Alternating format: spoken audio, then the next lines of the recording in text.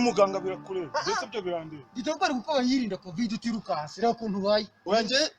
ubundi se covid tugeretse nge yansiga ahubwo uri kugira kuyisanga ikuri n'imbere ahubwo yanagusize uretse wikiruka wowe muriruka nk'uyikwisanga ugumye hamwe ntabwo yaguteka agenda nose nyine mbigenza ute je bito kugira inama kuri abigenza umvise uri kunyumva neza aya byo vuga nge ntago mbyumva ngewe ndakwinyize mbaro nyumve neza okay nakumvishe ngaho mbyiye rero ukuntu covid bayirinda ntabwo ari kwirukanka ngo ugende bwanga rwose ndikubumva uri kunyumva neza ndakumva rwose ore icyambere no gukara amazi meza n'isabuni uri kumva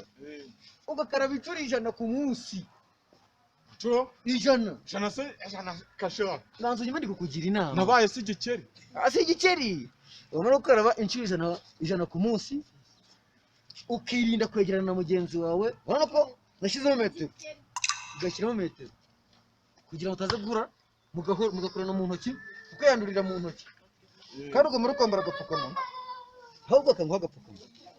akira abanza wambara agapfukamunwa nuko bayirinda rwose kira neza ukageza hano ku mazuru niyo mategeko